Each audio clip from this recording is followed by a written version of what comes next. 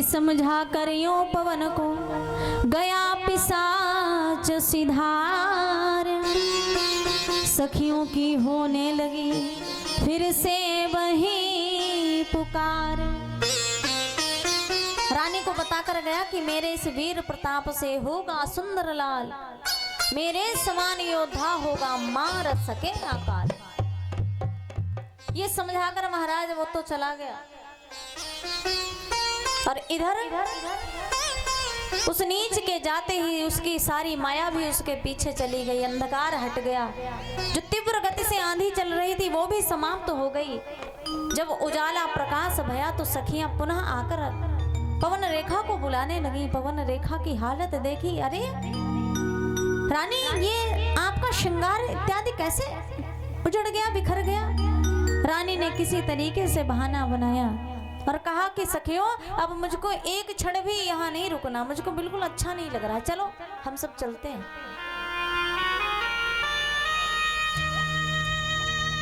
सारी सखियां घबराई हुई थी मन में। सखियों ने क्या किया, रथ पर बैठकर सखी समेत पवन रेखा जब पुनः अपने महलों में प्रवेश करती है। अब धीरे धीरे दिन प्रतिदिन बीतता गया। रानी का गर्व दिन प्रतिदिन पलने लगा, बढ़ने लगा। और एक दिन महाराज रानी पवन रेखा को प्रसव पीड़ा बड़ी भयानक से होने लगी। आज इस भूतल पर स्वयं अधर्म का जन्म होने वाला है, स्वयं पाप अवतरित होने वाला है कि कंपित नभ में पड़े गया और मलिन सूर्य का भेष कि घोर घड़ी नक्षत्र में प्रकट भया कंसेश।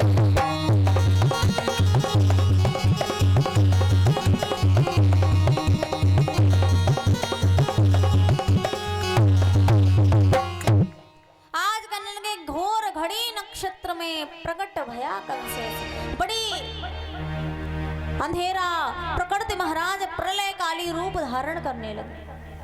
यमुना जी का पानी उबाल मारने लगा।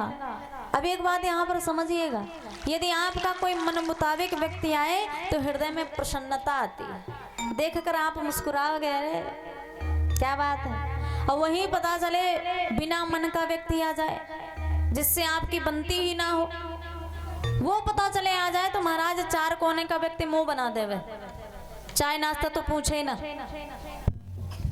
आज इस भूतल पर पाप का अवतार होने वाला है तो प्रकृति बड़ी क्रुद्ध हो गई।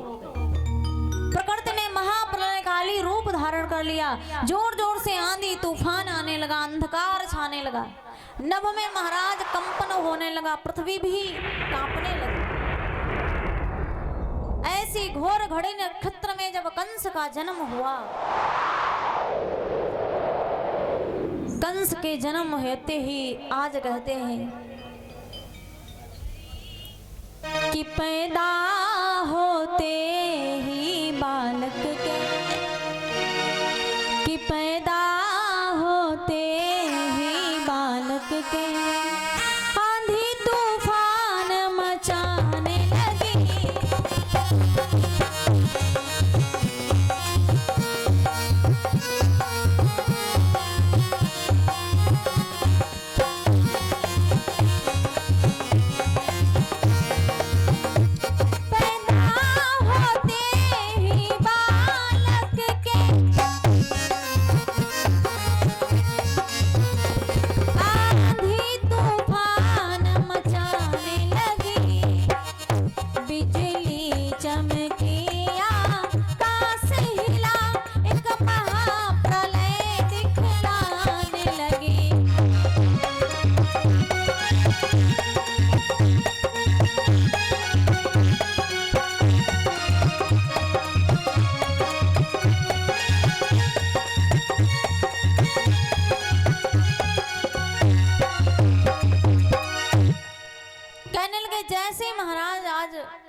रानी के गर्भ से उस दैत्य ने जन्म लिया, उस राक्षस ने जन्म लिया।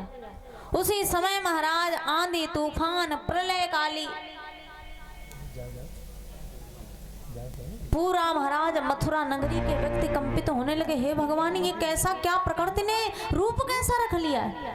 तब तक महाराज खबर पहुंच गई कि रानी पवन रेखा के गर्भ से बालक हुआ है। तो सबरे लोगों ने कहा भैया बड़ी दिन के बाद हुआ है, क्यों ना बधाई देव के आवेंगे, कुछ ना कुछ लेकर आवेंगे।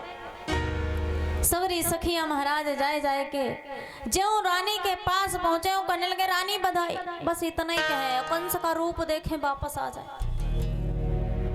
इतना रूप, अरे सखियों ने महाराज हाल खराब। धीरे धीरे समय व्यतीत हुआ। कहा जाता है कंस बचपन से ही बड़ा उत्पाती था। किस प्रकार पैदा हुआ वह भूतल का भार, राजन कुछ संक्षेप में उसके सुन व्यवहार। श्री सुखदेव मुनि महाराज कहते हैं ज्यादा व्यवहार नहीं, बस कुछ ही सुनो, और कुछ ही सुनकर महाराज तुम्हारे हृदय में यकायक क्रोध जागृत हो जाएगा कि कोई इतना भी किसी को त्रास कर सकता है। श्री सुखदेव मुनि महाराज जी ने कंस के दुर्व्यवहार, उसकी आदतों का बड़ा थोड़ा सा वर्णन सुनाया। कहने लगे उसका स्वभाव कैसा था बचपन से ही, कि बचपन में ही हमने कितने, कि बचपन में ही हमने कितने ना जाने बच्चे मार दिए।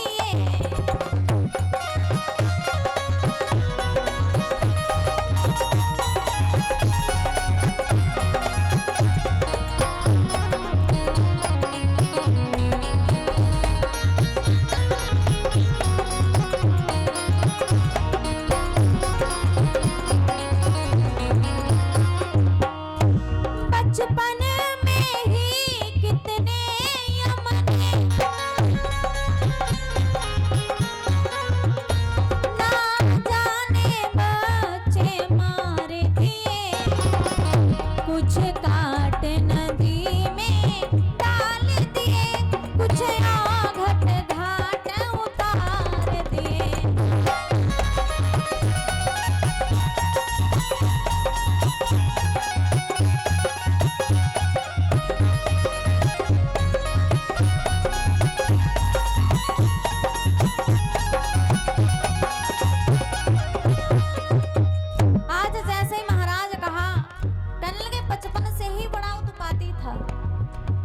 छोटे छोटे बच्चों को मारता, किसी को काट देता, किसी को यमुना में डुबा देता, किसी का सर किसी का पांव तोड़ देता।